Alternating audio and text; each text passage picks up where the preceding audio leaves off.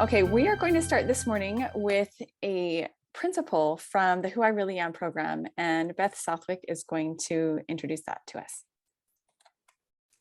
Hello. Okay, let me get to this. So in the navigational guidebook,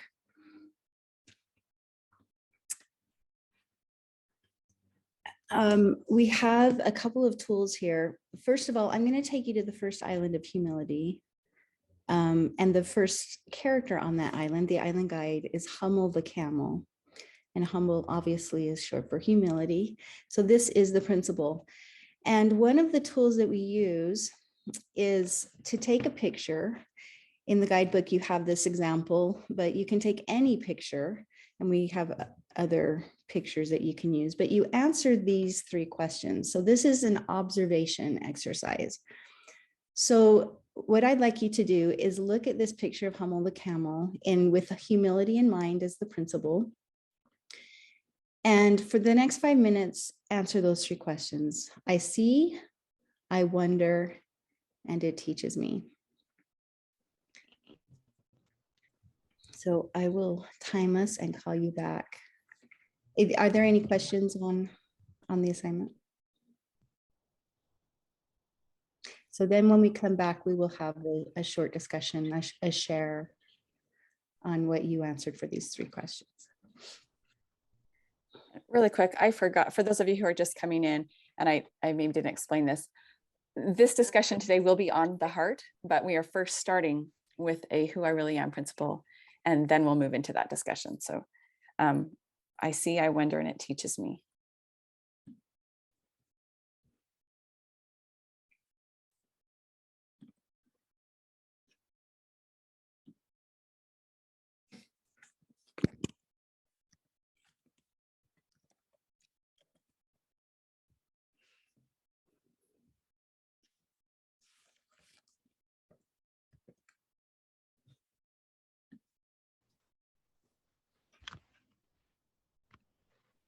I'm so sorry.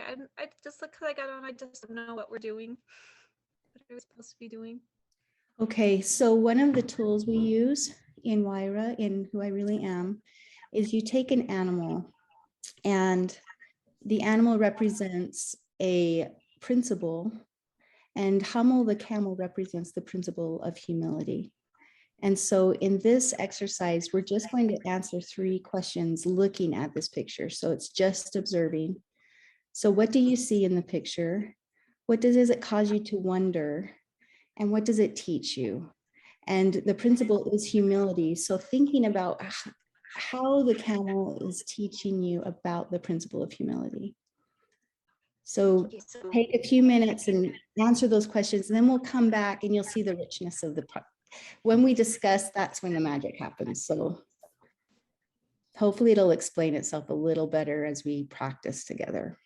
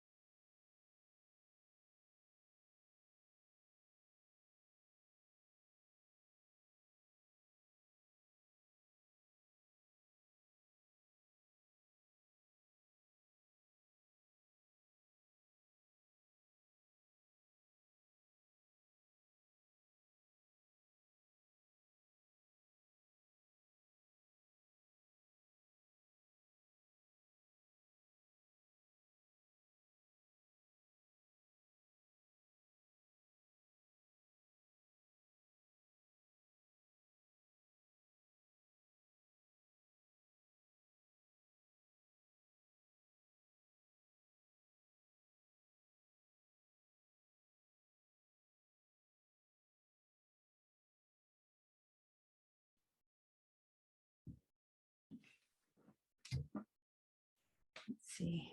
Okay, I kind of lost you guys. All right. I'm not the most savvy person when it comes to technology, so let me stop sharing and see if I can pull you up again. There we go. All right, I'm going to share again so you can see the picture as we talk. But I don't see all of you. This is the problem. Okay.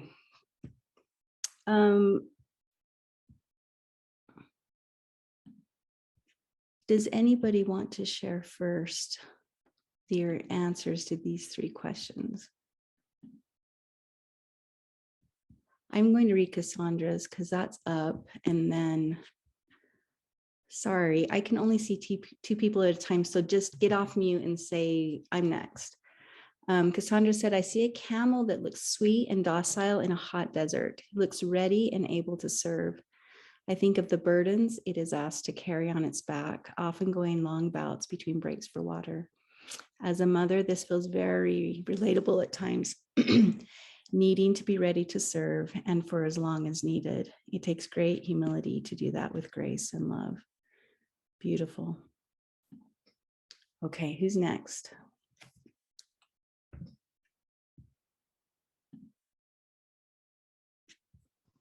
I'll go. I noticed the halter and the lead chain, and I wondered, where is its master? Is it content to wait in humility for the master to return to lead it to its destination, whatever the load that's placed upon its back? I also wondered about the surface of the sand. Is it hot? Is it rough? And do I embrace where I'm placed to kneel, or do I resist?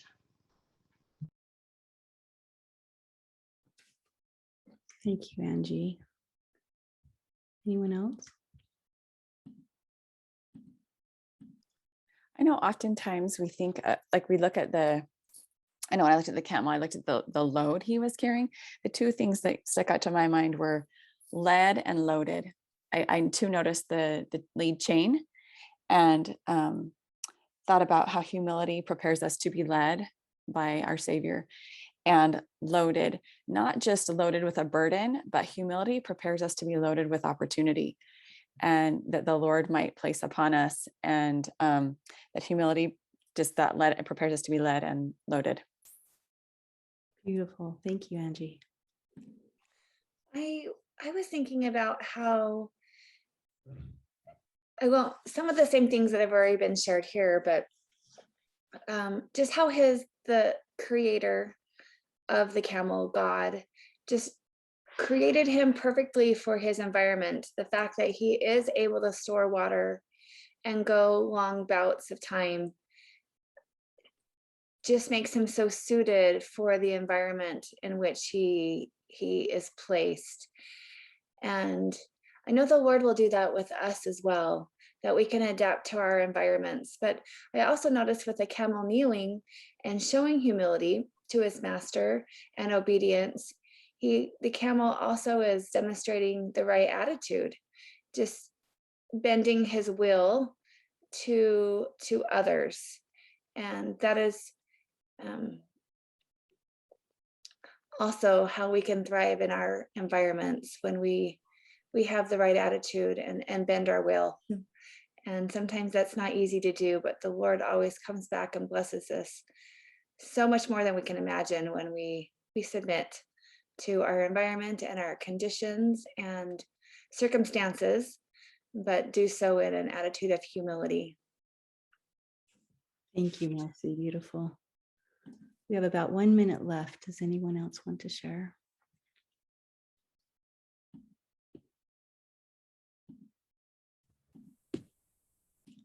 One thing that I noticed is that this camel is resting.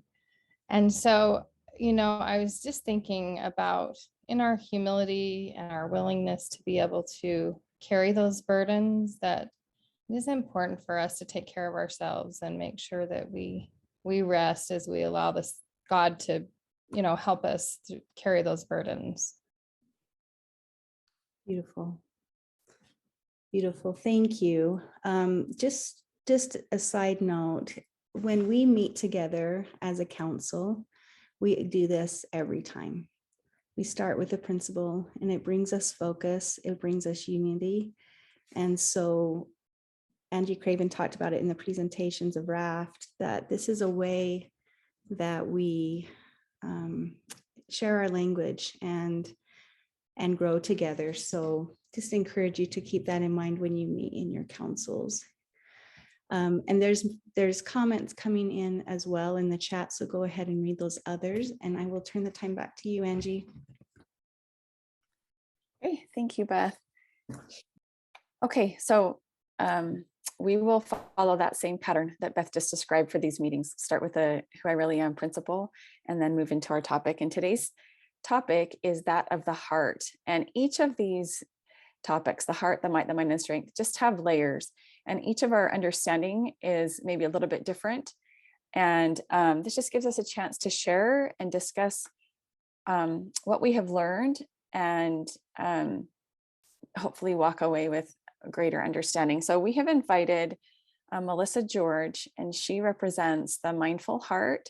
And asked her to speak for maybe 10, 15 minutes, just about her understanding of the heart in education. And following her comments, we'll open up for a discussion. And then I have a short video I wanted to share, and Marcy Frogley has some comments, and then we'll wrap up. So we'll turn the time over to Melissa. Did you need screen sharing? No, I don't have any slides to Okay. share today.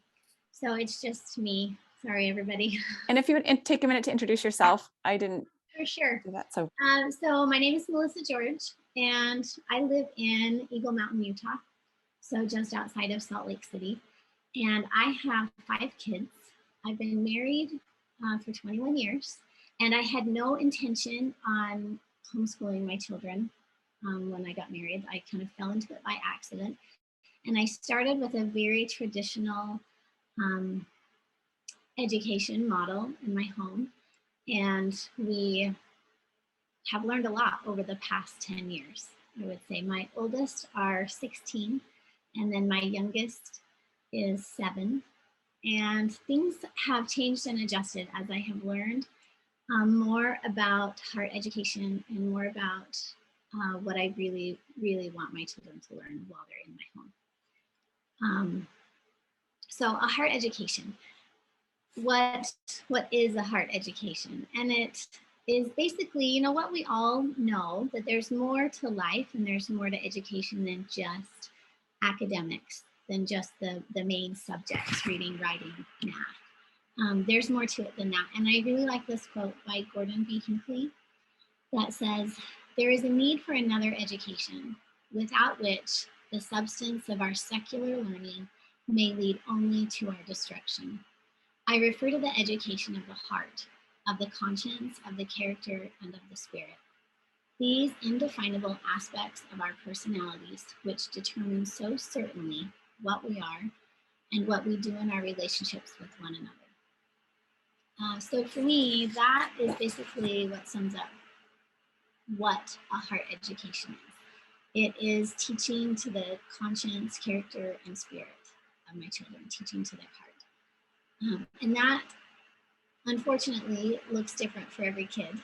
So I have had to readjust with all 5 of my children. It looks different, but there are some principles that remain the same, and that if I can maintain those in my house, in my home, then things tend to go a lot better.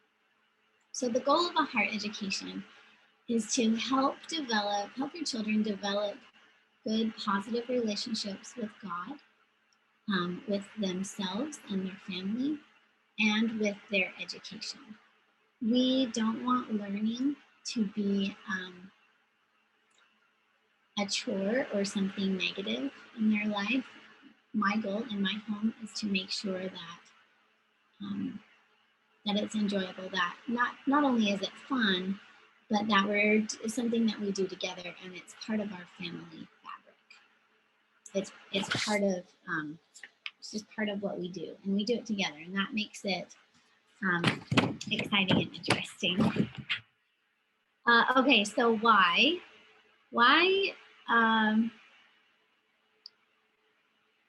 could we choose the option to bring in a hard education to our families? Like what would the benefits be?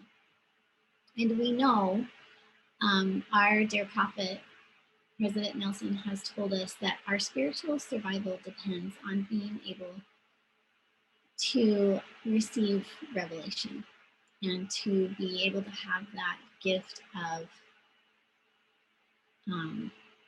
being able to know truth and what is good. So a heart education really helps children develop those characteristics that they need in order to know who they are and in order to be able to listen to the Spirit and act in a way that God would have them act. Heart education helps develop character, a good character.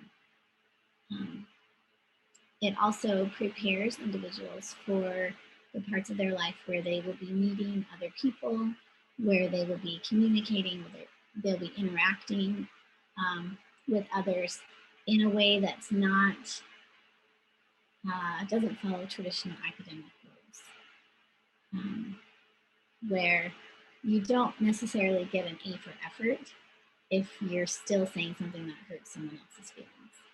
Like we have to teach our kids how to be humans in a world where there's so much technology and artificial intelligence.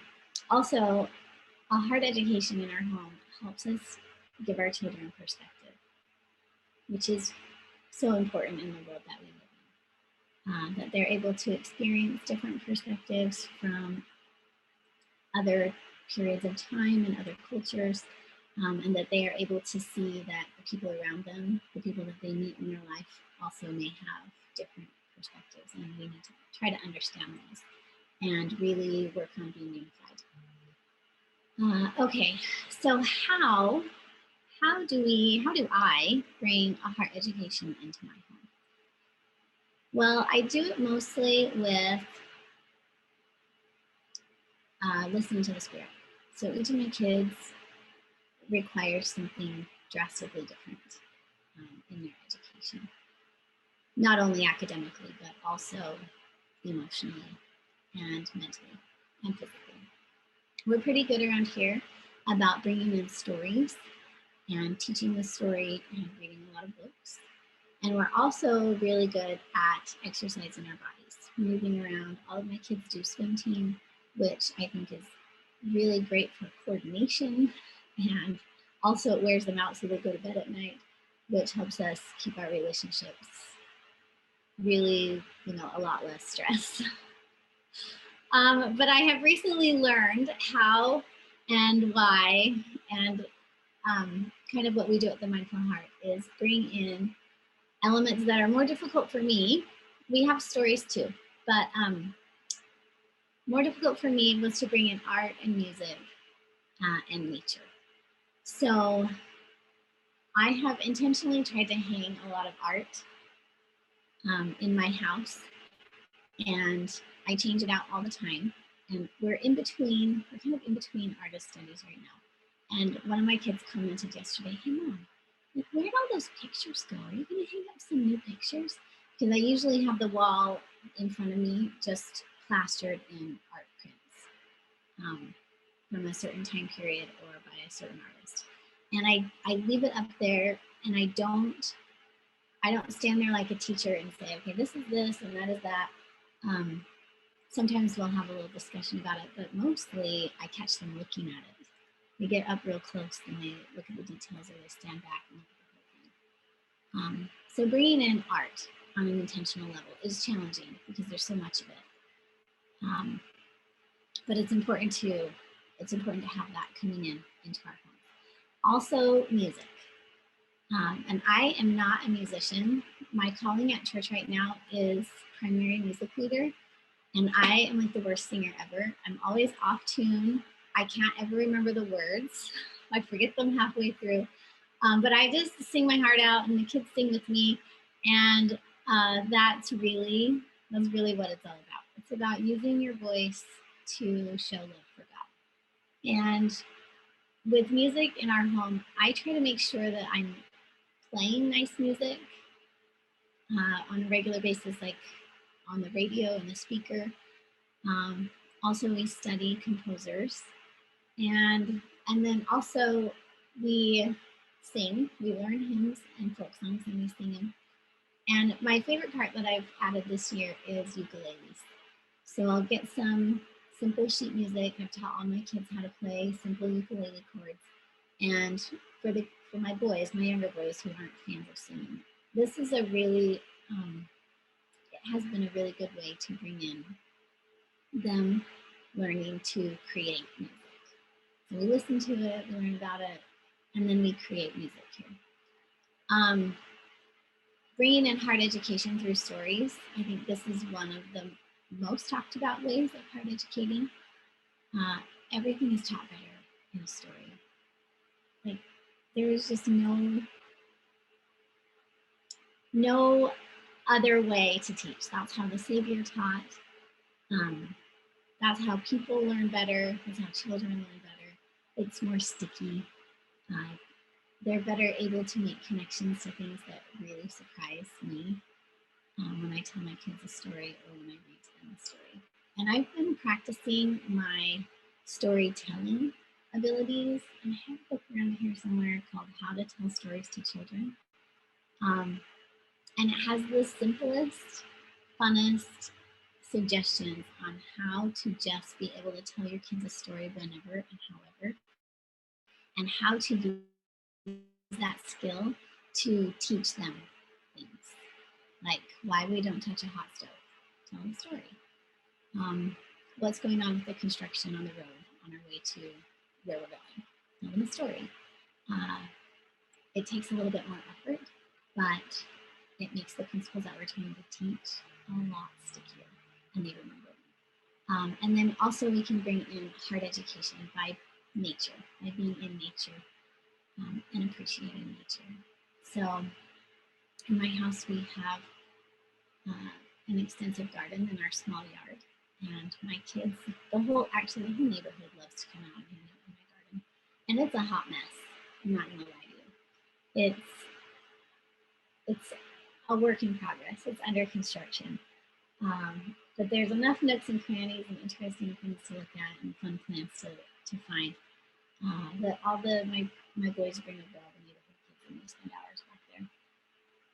And I just have a tiny yard, and I wish I had a bigger farm or something, but this is what I have right now, so I'm making the most of it. We also bring nature inside and display it in our home, and then of course whenever we travel we try to spend some time outside and appreciate the beauty and variety that God has placed in here. So that's what I have. And finally, the last point I wanted to make is what do we do about it now? Sometimes when we learn a new principle, or when we're like really challenging them, expanding our brains and learning new things, it can be overwhelming. We can feel like we have this huge new list of things to do.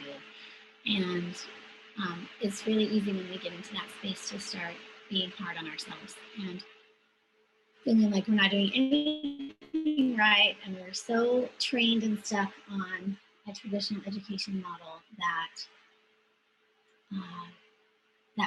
we're just failing at doing it this better way. And that's not true at all. Just step in wherever you are, make a tiny change today, and keep it going. And we know that out of small things proceedeth that which is great, because the Lord requireth a heart and a willing mind. And the willing and obedient shall eat the good of the land of Zion in the last days. And that's D&C 64, 33 and 34. I'm actually teaching my kids in primary the song Redeemer of Israel. And we're singing the 4th verse. And as I'm explaining to them, like, as children of Zion, that's us, guys. That's you. You're the children of Zion. Good tidings to you. It's all good news. There's horrible things happening in the world, but we know who we are. We're children of Zion. we have heart things that surround us in our life to remind us how to be humans and how to treat each other. And we're going to make it. We're going to be okay, no matter how ugly the world gets. And that's what we get from the heart education. Anyway, sorry to get emotional about that for you. Now, if you have any questions, I can answer questions, or if you want me to keep talking, I could also do that. So let me know what you want me to do, Angie. I wanted to pull up something that I'm a very visual person. Mhm. And so it helps me to see, let's see, if I can do this right.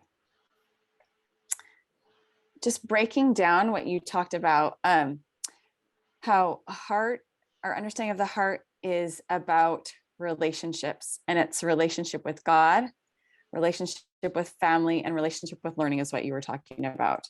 Yeah. Right. And if you remember, you weren't there, Melissa, but at our conference, Pete talked about how the heart reminds us of things divine, and those recollections and remembrances of a former life. And that's what the art and the music and the nature and the stories do for us. They tie us back and stir within us those remembrances of the divine.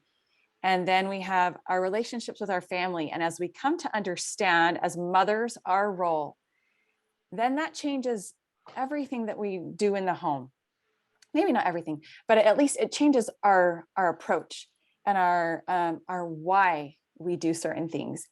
And then our relationship with learning, that as we do these things, as we try and touch our children's hearts, their relationship with learning begins to bloom and is nurtured through their relationship with divine and their relationship with their families.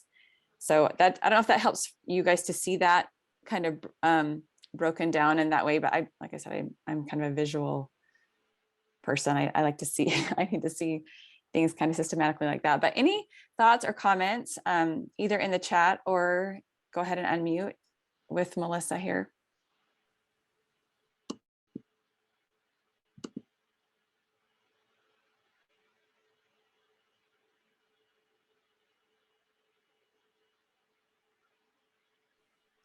If we look at the chat, Stephanie said the garden, the place where vegetables, friendships, and children grow. It's true.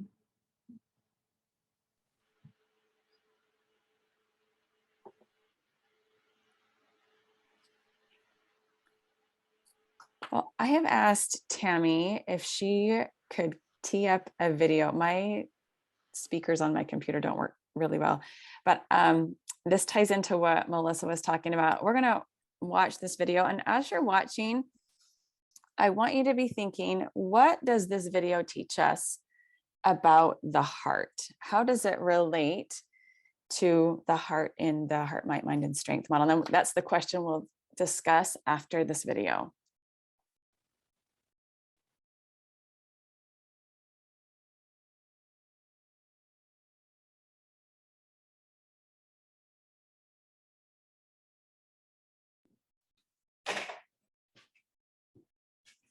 Series is called How Do I Know? And a lot of times when people hear the phrase, how do I know? The next thing they say is what? How do I know what?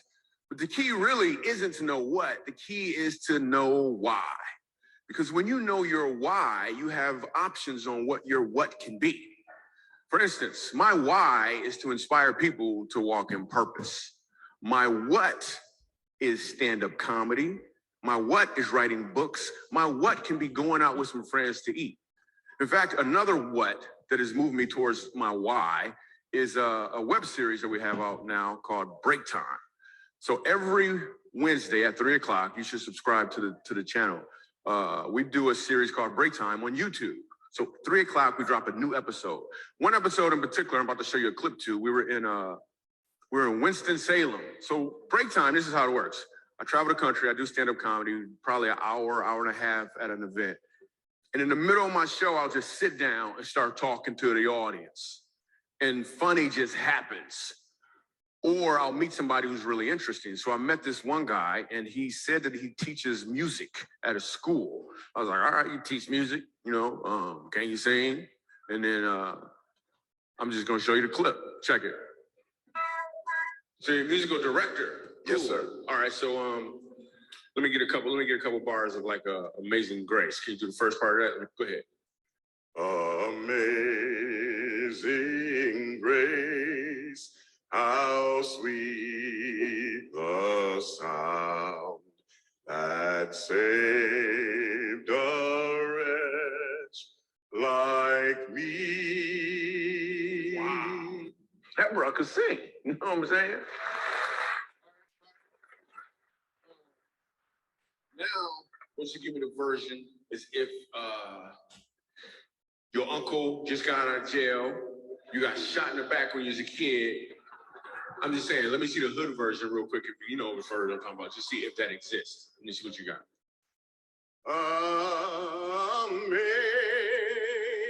Amazing grace, how sweet the sound that saved a wretch like me.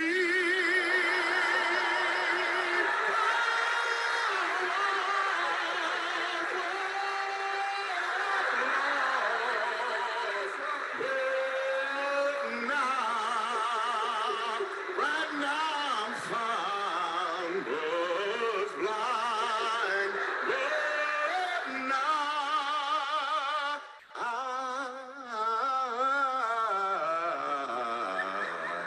I see.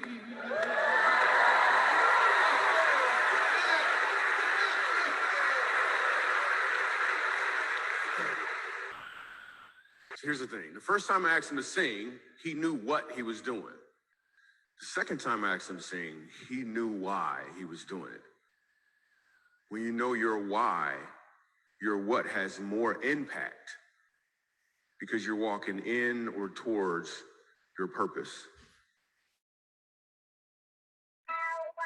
Yo, comedian Michael Jr. here. So, what did that video teach you about heart or heart education, the heart part of this model?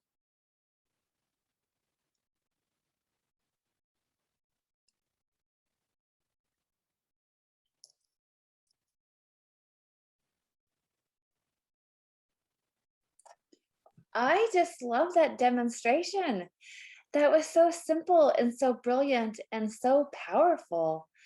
You know, without that gentleman knowing at all what the point of this was, at least I assumed, you know, he didn't, just to illustrate so well the point that he was getting across. And I thank you for that video. And it just is so true. And I love this reminder. And we all need the why. You know, we want to teach to the why, but with ourselves as well, as we go throughout our day and do all the things that we do. It really can be, and now that I can see all my books and stuff in the background. Anyway, ignore all my stuff. I'm trying to find good ways to organize my books, but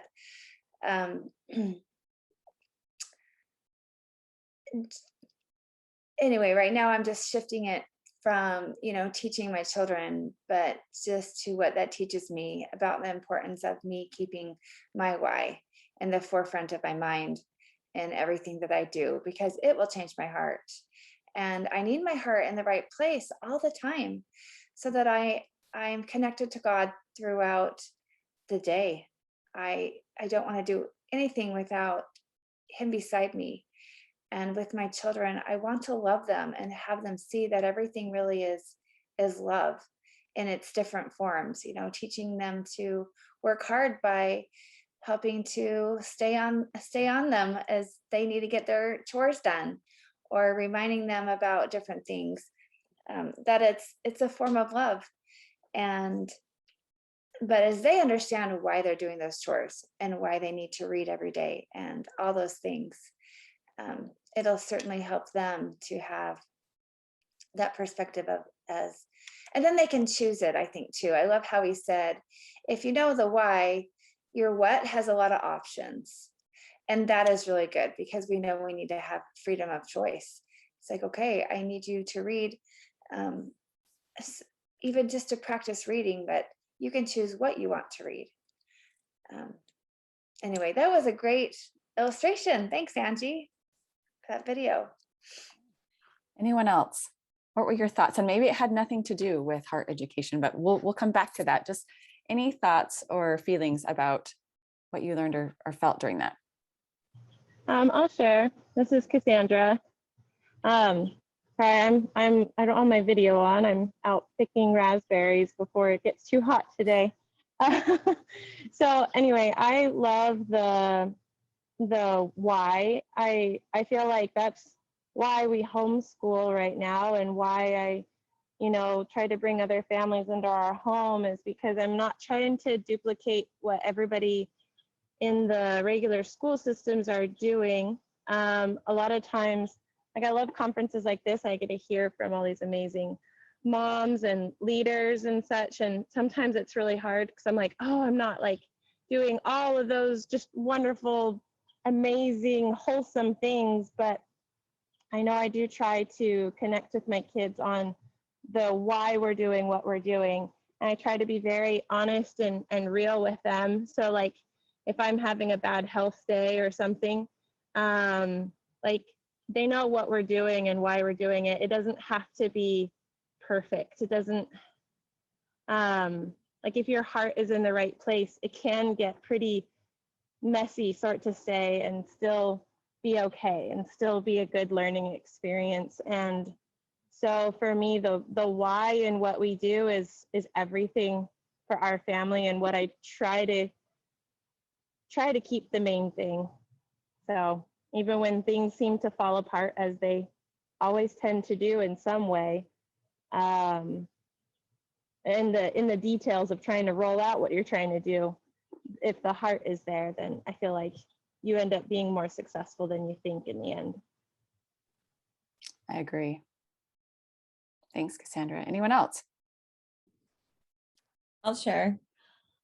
I was thinking about just how much power, was in that second rendition of Amazing Grace. And, I think the song itself, like the first time he sang it, it was good. He was a good singer. Like, Amazing Grace is an amazing song. It was nice. It was good. Like, but how much more powerful, it was that second time, just because it was that intention. So I think, that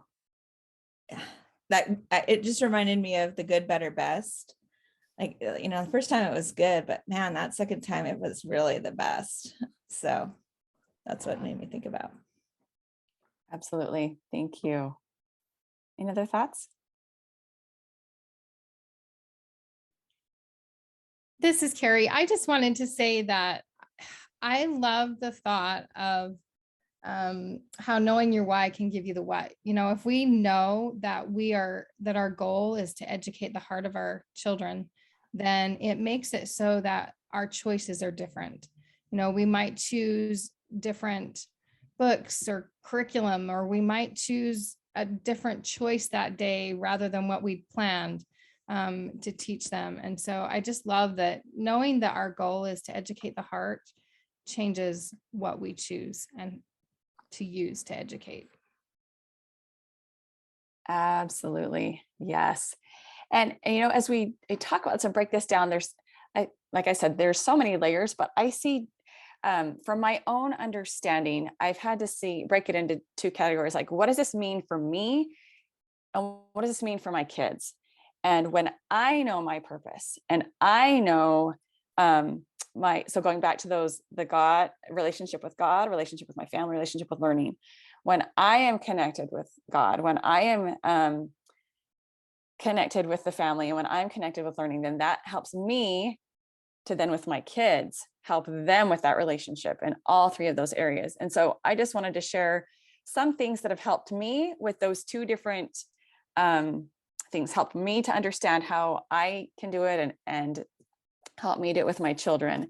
And if any of you have resources that have helped you in your understanding, I would love to hear those too.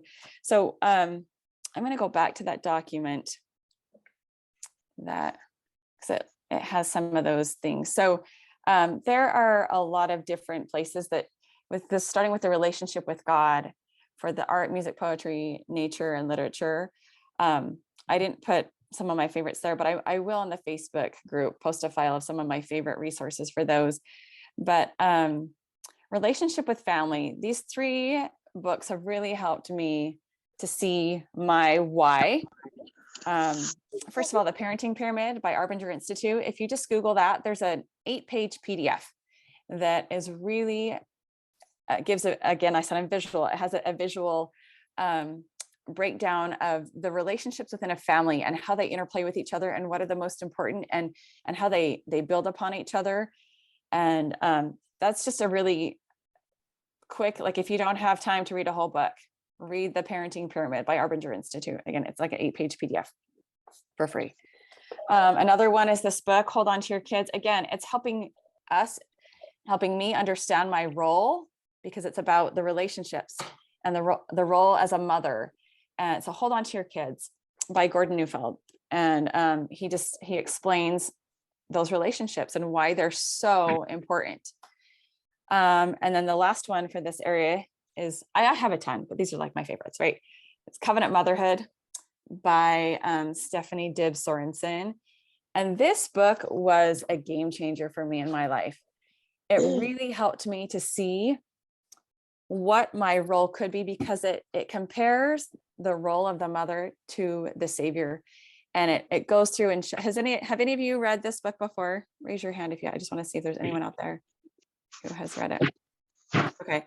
It really helped me see how my role is just like that of the Savior, and helped put that why in some of those mundane or harder, difficult situations that you have in a family, and helps you reframe it and see how it is an opportunity for love and an opportunity for service. And it's so fitting, I think, Beth, that we studied Hummel today, because humility is the key to in these relationships, to making them strong. Okay, so as a mother, we have a relationship with our children, but we also have an interesting dynamic that we're also a teacher with them, not just their mother and loving them, but maybe if we're homeschooling, a more formal role as a teacher. And so some of these resources that have helped me to understand that role is Teaching from Rest by Sarah Mackenzie. I have one friend who says she reads this every year before the school year starts. It's a really short book. Again, helps us understand the why behind why are we teaching our children. And A Meeting with a Principal, I didn't bring that with me. But another good book by Ali Eisenach, Educating for Human Greatness. This is a former public school principal, but he breaks it down and talks about why are we really educating our children. And he gives some good examples of, so once we understand the why, then that informs our what and our how. And he gives some good examples of those what and how. And then the Thomas Jefferson Education, the by Oliver and Rachel DeMille, they have 3 different books that are just fantastic about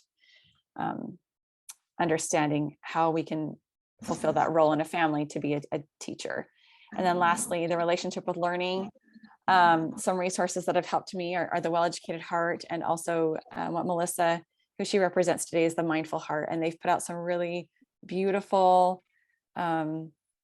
curriculum to help mothers and children with those 3 key relationships, just built right in to the curriculum. And as I was pondering about all of that, I thought, the fruits of heart education and heart learning is a proper understanding of our parental roles and stewardships, which Carrie mentioned, then helps us to make different choices. Once we understand those roles and stewardships deeply, that changes what we choose for our families and our children. It provides strong relationships in our families. It helps us have appropriate use of supportive resources and just joy in our family, in our learning, and in virtuous living. Sorry, my husband's saying goodbye to me. I need to give him a hug. Sarah's in her she's awake. Okay. Okay. Thanks. Okay. So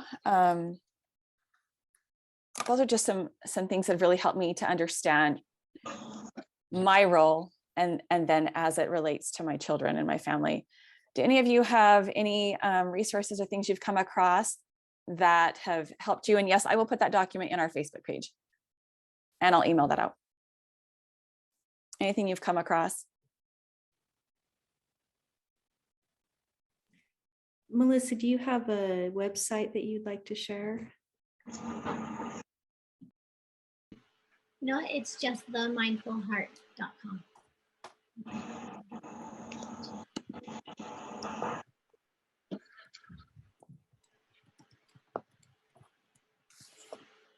Marcy, would you like to add to any of this? Yeah, I'll share a few comments. One thing that I try to keep in mind, and it's really been needful this last year for me to really remember this, is just the simple phrase or principle, really, the principle, relationship before scholarship. And that helps me put in perspective and in the right order how I can reach the hearts of my children. That relationship just has to come before like schoolwork, before learning. I have a daughter who's 14 and she's had a lot of struggles in a lot of different areas.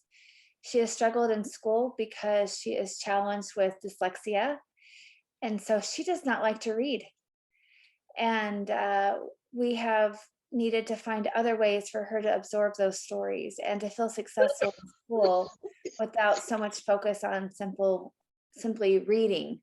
So of course we do a lot of audible books, and she does love it when we sit and we read together. That I'll read a paragraph, then you read a paragraph format.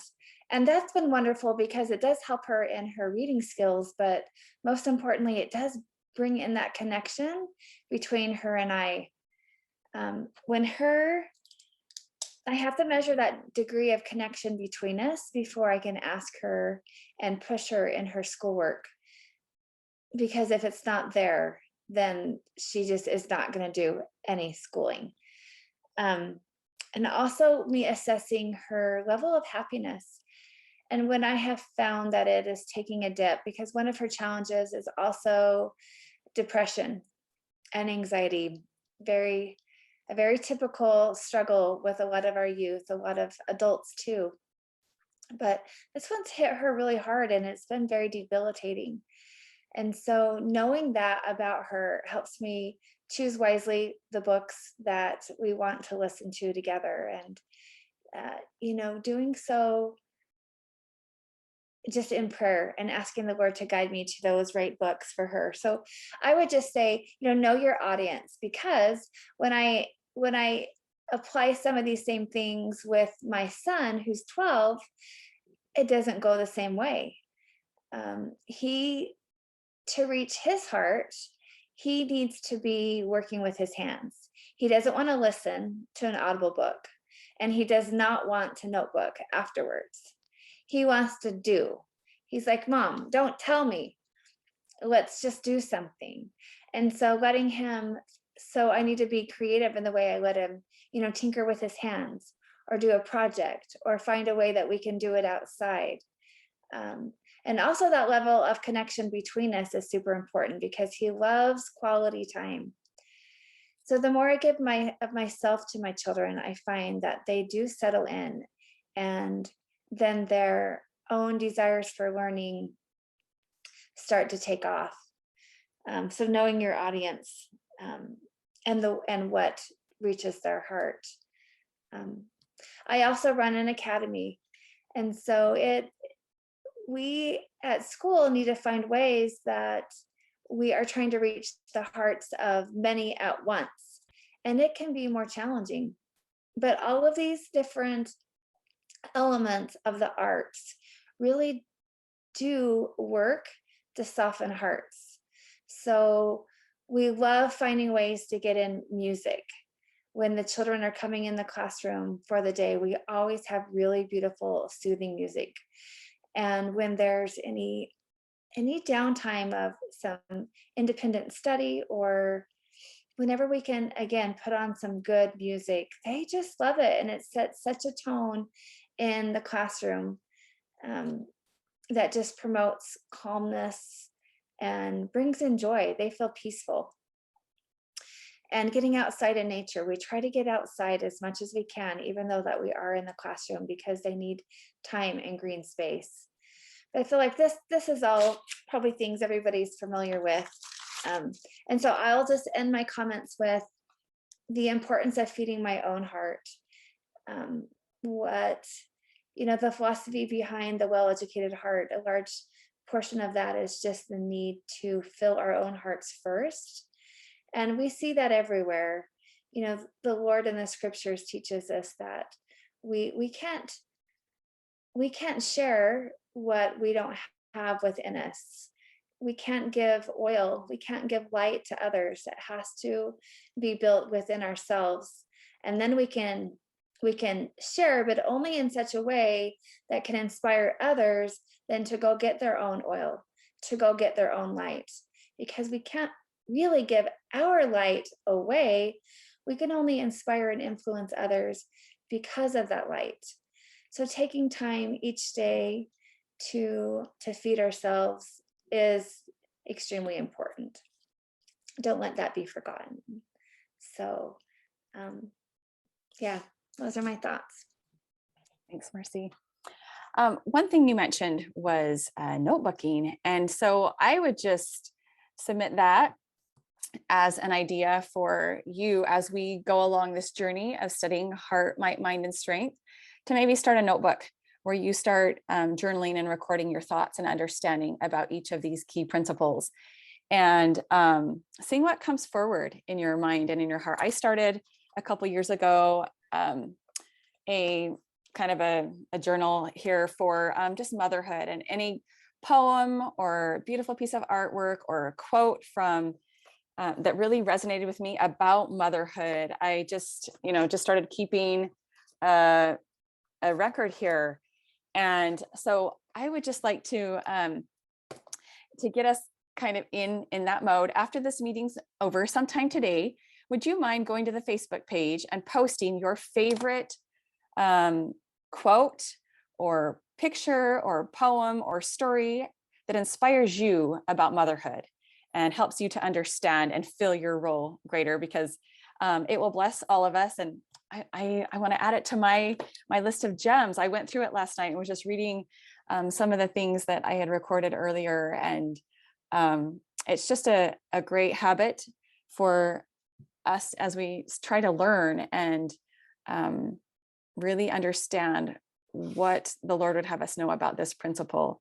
I know that that's a form of learning that can help all of us, and we can be inspired by each other. So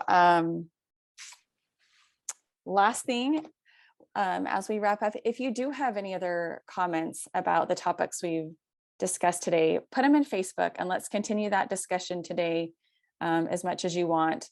And as you have, as you let this just kind of mull over in your mind today, as you have other thoughts, feel free to post them there. And we will just look forward to seeing all of you next Thursday, 7 a.m. for a discussion about the might.